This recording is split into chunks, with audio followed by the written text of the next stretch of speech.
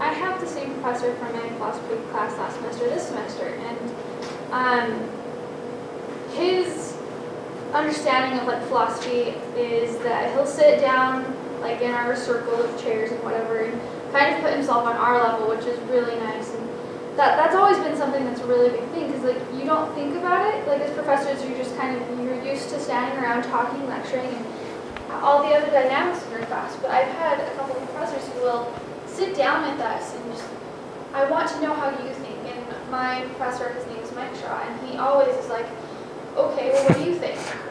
Don't care about what I think. I want to know how you think, what you think about this problem. What's your solution? Rather than, here's what I think about it. That's probably been one of my favorites, is that he'll let us go through our thought process, generally aloud, and let people kind of give their own insights, so we can all kind of collectively come up with a problem solution in class together. So it's a community learning rather than just getting action back. How big is your class, approximately? 15 to 20 students. Okay. I think so. But I also had my astronomy class last semester with tons of people, and he had us all kind of sit in groups where, for like studies, like test study groups and whatever, and so he'd have us, okay, with a couple people next to you, just kind of talk about this question I proposed, and he'll take like a group consensus kind of thing, use like the little clickers and whatever. It was really convenient, because it was more of like a, well, I don't have to deal with the whole class, I can talk with these people who are right next to me who have the same kind of ideas that I do, and or you can ask someone who's like in the row behind you and get their input. So it can vary from what the classroom is and how many people, but you can still always have that discussion with the professor and student. I think a lot of times professors might be scared to make the students break up into groups because, you know, like group work can be really hit or miss sometimes. But I think once you get past that first time meeting with the group, I think it's really helpful and fine.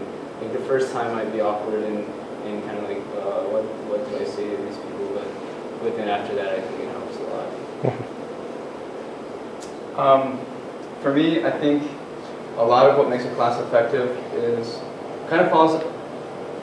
I'm taking organizational behavior right now from Chuck. I should probably say don't use names.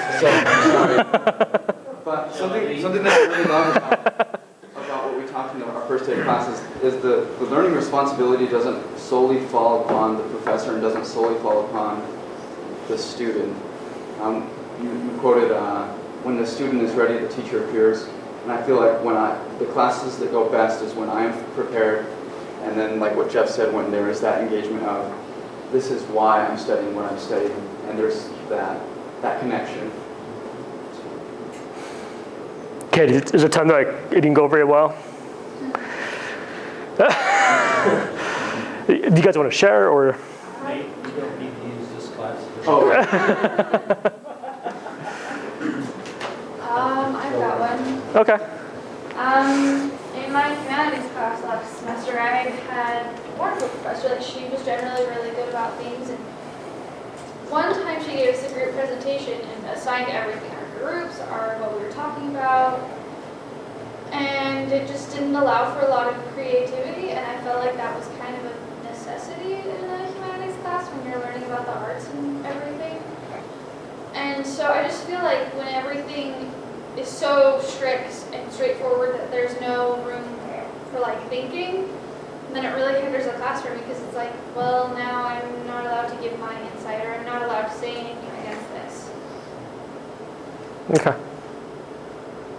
For me, it kind of goes back to, I remember taking a course where the homework just wasn't very targeted. It wasn't very focused as much as it could have been. You just felt like you were spinning the wheels a lot, just kind of going through the busy work. And so I don't think I got out of it what I could have. Did I put everything into it? Probably not. But it's because of that misunderstanding probably, where I couldn't make that connection between what the subject and the work. So kind of, don't know whose fault that was. Probably the student, but Okay. It's a mutual thing. didn't go well. Sometimes the professors just give you homework and it's like, I don't know what you want me to learn from this. This just feels like busy work. Okay, any follow-up questions, or should we move to the next one? Okay. Tell me about especially the good assignment you had. How does it contribute to that learning experience? Tell me about especially bad assignment. So any of those questions. So you kind of said right there almost, Aspen, but that's all right. Again, in my English 2010 class, we had a big 15-page paper at the end, and it was a really good assignment for me because I found what I wanted to write about, and I was super passionate about it. My granny, who was a professional pianist for over 70 years, had just passed away, and I mentioned that in one of my earlier papers to the professor, and she said, and this is another example of how involved she was. She said, that sounds like an amazing topic, you should look into that. And then I ended up writing about my granny and music therapy and just all these cool things about music and how it's used in therapy and how it's been used in therapy for hundreds of years. And it ended up being a really fun thing to write. Like there's the Pew Research thing that said that millennials didn't like to look up research articles or whatever, and I was like, what? I loved it. Like, it was so much fun. But I mean, that was one scenario that I loved it. Usually I don't like that. But once I found that topic that I absolutely loved, it was just a piece of cake, and it was actually a fun thing to do, and I spent lots of time on that paper and really thought about what I wanted to say and how I wanted to present it. And it ended up being a really good paper. And I'm really proud of that paper. Like, I shared it with all my family and said, hey, check this out. I just wrote this and I'm proud of it. And so it was a fun thing to do. That pretty much just gives what we really need in assignments, like those big projects that we all have to do. Give us the opportunity to tell you something that you love doing. Like, those have been my best assignments. In my astronomy class, he let us pick menu assignments that were just kind of all these sorts of things that were in the field of astronomy that we could go try and do, and if we really enjoyed it, we could tell him that. And that was probably one of my favorite things to do, is to try things out and be like, okay, I didn't really like that, but now I can learn, and now I've learned that, and now I can go for something I really do enjoy. I think that's probably been like the best assignments, is when here's an idea, go with it, rather than here's the topic of what you have to say and tell me. And I understand there's a necessity for that, but I think there's also, I mean, we're in college, and I feel that we should have as many opportunities as we can to learn and grow and express how we think we feel. Okay. This is a stickler one. I didn't have the questions beforehand.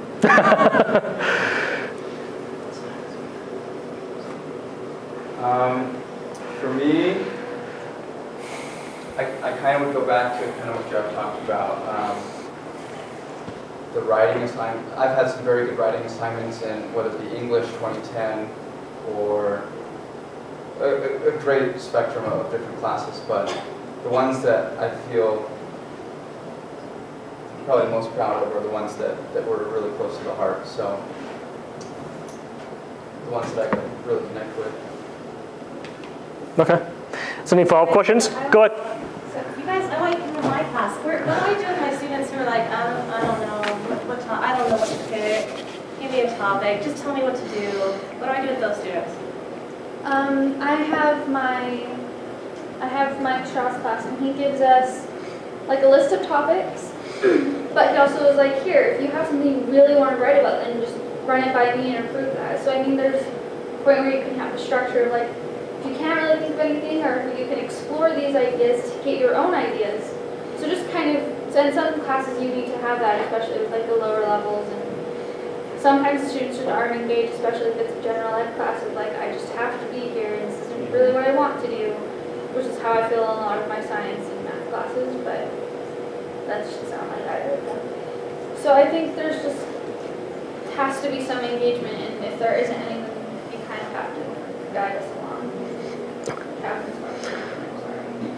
Can I answer something too? There's a SLAM conference coming up here on campus, March 22nd. It's students teaching students. And I'm really excited about it because I'm going to present. And I'm going to present on something that might help. It's about positivity as a student. And I'm not a math major, so I want that to be very clear when I give my presentation as well. But I'm presenting on positivity and mathematical process, because there are so many things that we can learn from different courses. I feel like many students have that negative attitude. Well, I'm not an English major, so I'm just going to go through the process, just going through the motions here. But we don't realize it doesn't matter. There's something awesome and beautiful from English that you can learn and apply to something else. Who cares if you're not a math major? There's something awesome and beautiful that you can apply from the math in science. And so hopefully that will help. I think it's just mainly that waking up, that paradigm shift, getting students to change that attitude. Because sadly enough, it's quite easy. Some of those bar graphs and everything showed that millennials we do feel really overwhelmed sometimes. There's a lot to do. I mean, between internships, part-time jobs, interviews, programs, scholarships, and all the other responsibilities, there's a lot that piles up. Sometimes we overtask ourselves, but there's so much that we're trying to get out of the world, so it's easy to burn out. And so it's not that the student doesn't care. It's maybe they just burnt out and they need that jump start again. Is that my responsibility or the students? I think it's both. I mean, like, you could be the best professor on campus and there could be someone in your class that doesn't get anything out of it. It's like he said, when the student's ready, the teacher appears. And sadly, there's not really much you can do about those students sometimes. You know, I mean, a lot of it's up to the student, and a lot of it's up to the professor. It's really 50-50. And I don't know how to get the student to have that paradigm shift. I don't know, I think the best way for teachers to be prepared is be engaging, care about what you're teaching us. I mean, so many professors that I've had are just giving me the information, and it's like they don't care, and if they don't care, I don't want to be there. Because obviously you don't either. So, I mean, I understand there are times where we all get burnt out. I mean, everybody does. And so I think we just need to understand it goes both ways. We see your reactions and responses too. When you say they don't care, what does that mean to you? Well, I've had, there's some days where like I've had my humanities professor or, let's see what other class. I have my math teacher, and sometimes they are just writing it all on the board, and like they're missing that spark of like, hey, I love this. This is what I like got my degree, and this is what I'm teaching, and I love it. And then they miss that, and it changes how the classroom feels. And I don't know how really to describe it. I mean, one day in my humanities class, she just went through her PowerPoint and was so dull and just didn't care about what she was teaching us. And I couldn't tell you anything from that class period because she just gave us the information and didn't connect it to anything, didn't make it matter to us. And maybe it wasn't that they didn't care, but it's the perceived. Because life is, there's a good quote, I wish I could do it word for word, but life is basically in its end a perception. The truth is a perception. And so we perceive your generation as one thing, but it doesn't mean it's true, it's a perception. And you perceive our generation as one thing, and it doesn't mean it's true, it's only perception. It's bridging that gap it's difficult, and I don't have the answers for that, but definitely, you know, there has to be a compromise on both levels. Technology was brought up over and over, and it's true.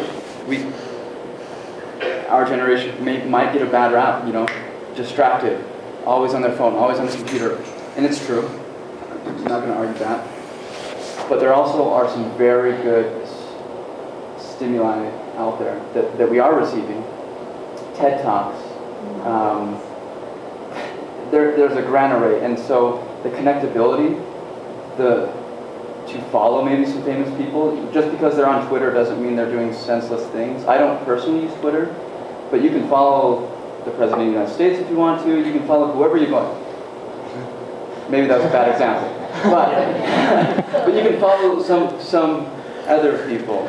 Yeah. Know your audience. Professional development tool if you follow the right people. And so maybe there are great technological channels, but maybe we just don't know how to use them correctly yet. But it kind of goes in phases. Yeah. More quickly. Oh. So what you're looking for is the passion in the instructor, how they feel about it, how it relates to them, and how it could relate to you. So Yeah. rather than just facts, what do they mean? What's the Yeah. application? Yeah. One of the things on the board was that our generation wants to know the why of things. So maybe I think that is a big part of it, bringing in like you said, personal examples and how it relates to us as well. Okay, we have 2 more questions and move on. Ben, then Ron. Is there value in being bored in class? Is there value from a student perspective in being bored? In other words, I've sat through many lectures where I was bored to death, right? But Welcome back. I feel like I got something out of it. Welcome back. Because I was able to explore and self-reflect a little bit. So I'm wondering, is there, the expectation that the instructor and entertainer is good, and they should be making connections, but sometimes how do you feel about being bored, I guess?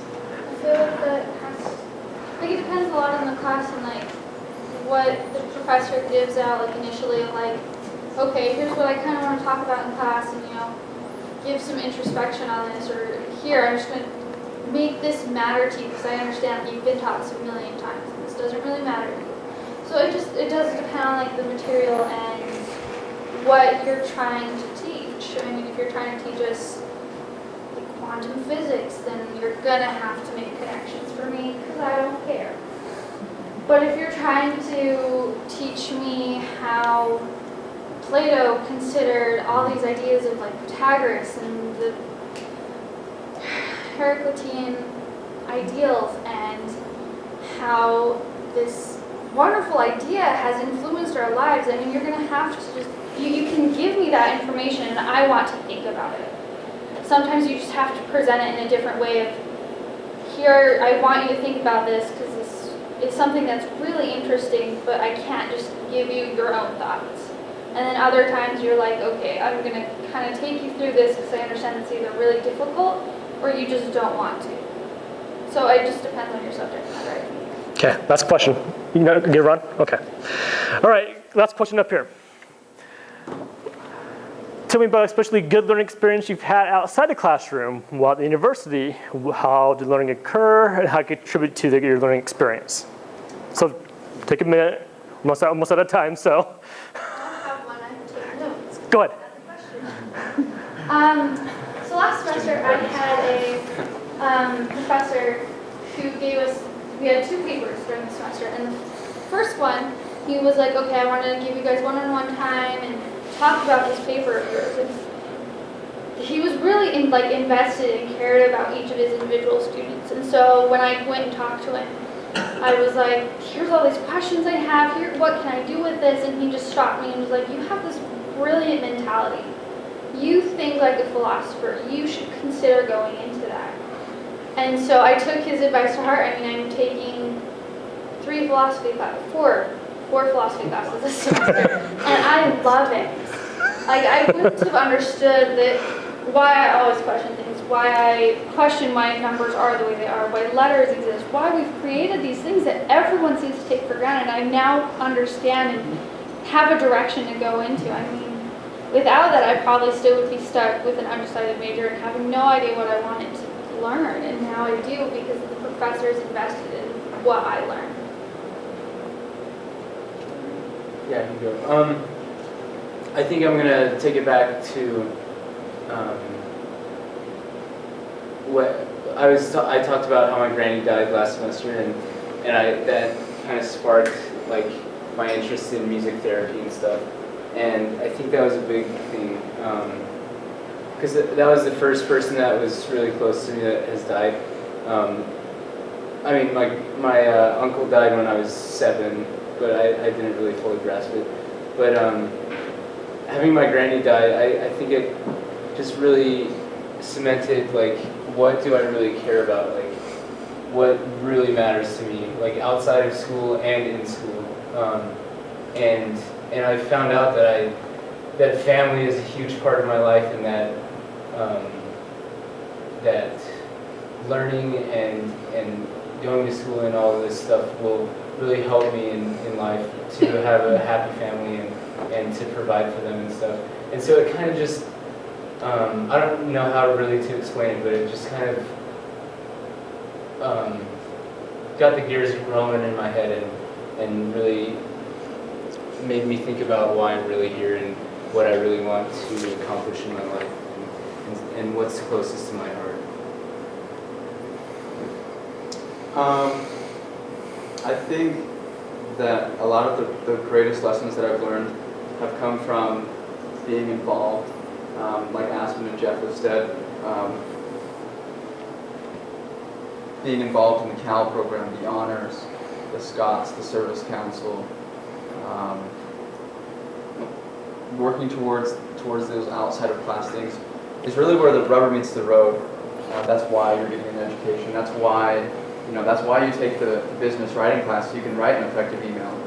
And then so I think it was this table that was discussing the students are most effective when they have less time. Kind of, you chew faster when your mouth is full, right? So I think just like getting those experiences, having that trust from that higher figure, because I think that's where it really comes down to is in that link that Josh mentioned, the Millennials, we're really good at horizontal and what is it called? Is it horizontal social networking. We're really good at peer-to-peer. It might be a little bit more superficial, but we're great that way. It's not necessarily the same vertically to authority. So I think just learning from those authoritative figures has been one of the most beneficial things. The CAL program is great because they offer mentors. You get to sit down with them once a month and eat dinner with them, and then they just talk about life experiences.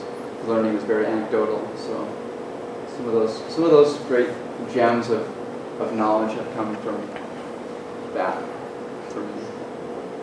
Okay, thank you, Aspen, Nate, and Jeff. I remembered Aspen, remember Nate's time. Thanks. Okay, we got 5 minutes left, so we can kind of go over this last part fairly quickly. A little behind here. So you'll see some of these in the responses that they gave. You'll see some of these suggestions. You see kind of connection where you make them. Develop a trust between instructor and learner. A couple of times, you kind of see that almost say it's it's both of us, instructor and learner, are part of this process. So part of it is, and this can be a hard time. It can be hard sometimes depending on your class size or how much you got going on. But that is one way to kind of relate to these students. Display your own academic journeys, frustrations, failures, success. Encourage college students. I think you said the math story about, what was it? The tire or something? Right there going to help show the students maybe the relevancy of math. It could even be found on your tire. So that would help the students see the relevancy of what they're doing. Gain information. So part of this exercise, why we did this, is to kind of help how to gain information. Because we do have all these stereotypes over here. Positive, negative. I don't know if some have changed or some have been challenged somewhat. But part of the process is to gain information. They are people. And they kind of, on the last slide, I'll show you they're very relational. That kind of helps the process. So here, kind of sum this up. I kind of went over this very fast. I'll send these out to you.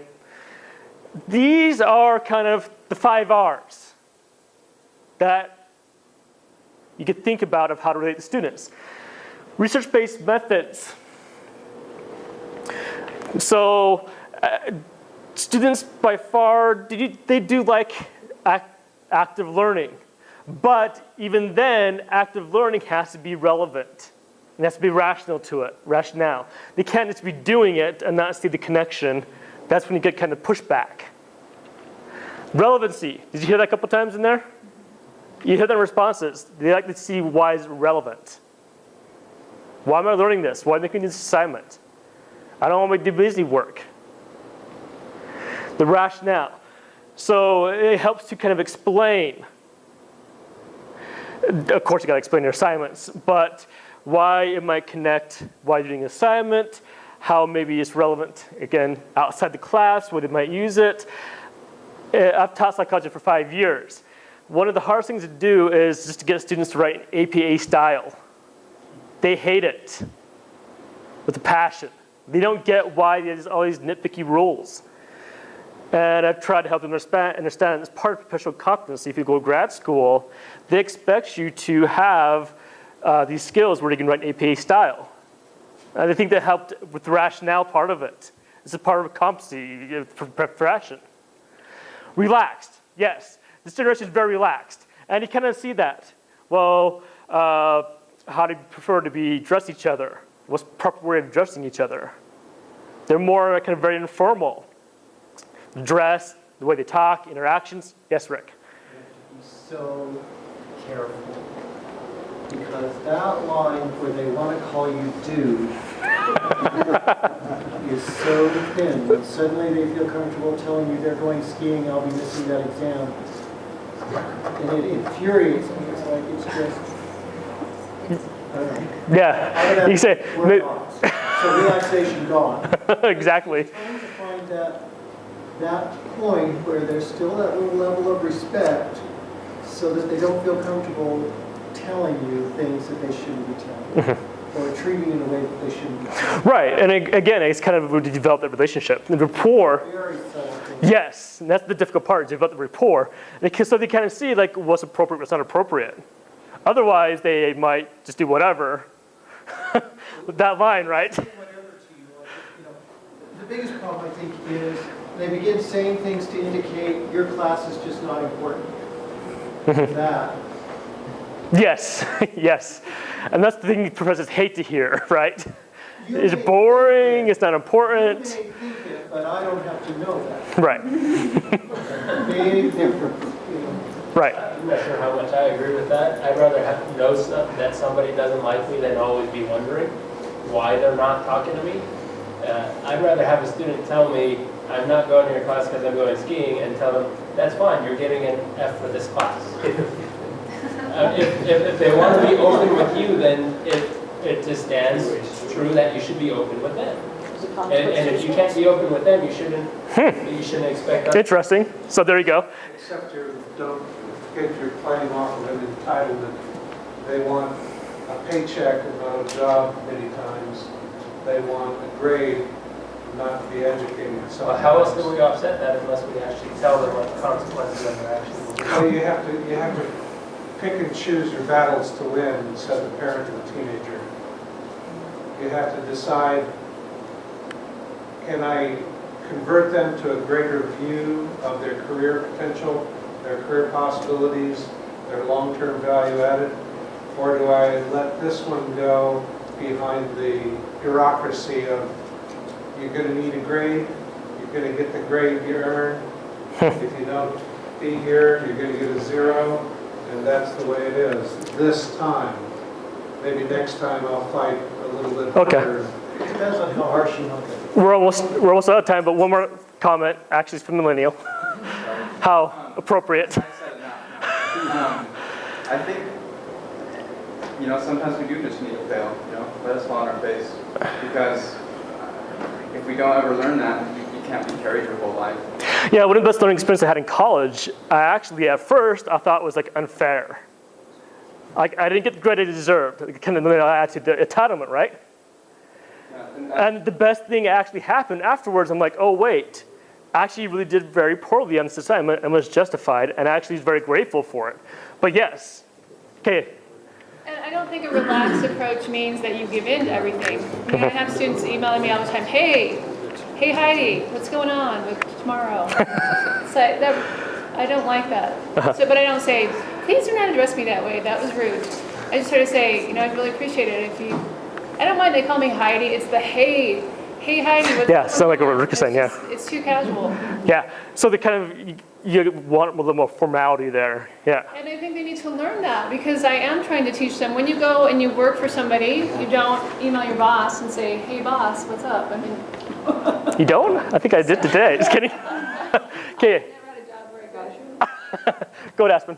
I've had different responses from different professors. I've had a couple that I was just like, okay, what do you want me to call you? How do you want me to address you? And that way I'll, be respectful on your level of what you want me to be. But I also have professors who are like, I'll be like, oh, hey, Mike, and he's totally just like, okay, Aspen. And it's like, okay, he's my instructor, but he's still someone I can go talk to because he's always just like, here, let me help you with your degree, let me help you try and learn.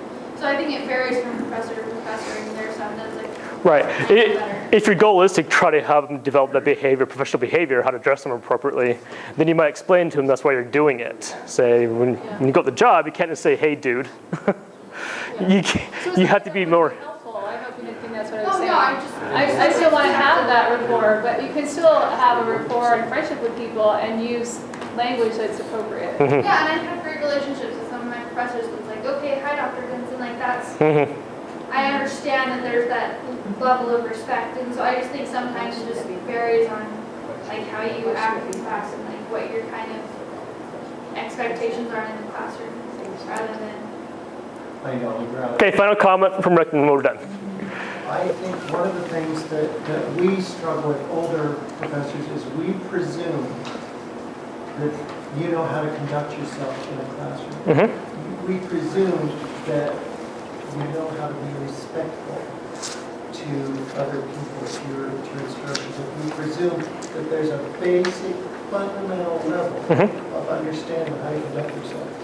And if that's not there, I'm not quite sure how to teach it to you. Just saying, well, don't call me dude. Call me dude, it's like there's this thing that's missing, and I'm not quite sure how to get it back. They haven't been taught it from. Yeah. And they say you're the rudest teacher that ever. Yeah, the only thing I can really say is just kind of explain the appropriateness or what you think the appropriate level is, but. But there are also some professors who kind of work. It varies from professor to professor. Like, I always go into like a virtual class,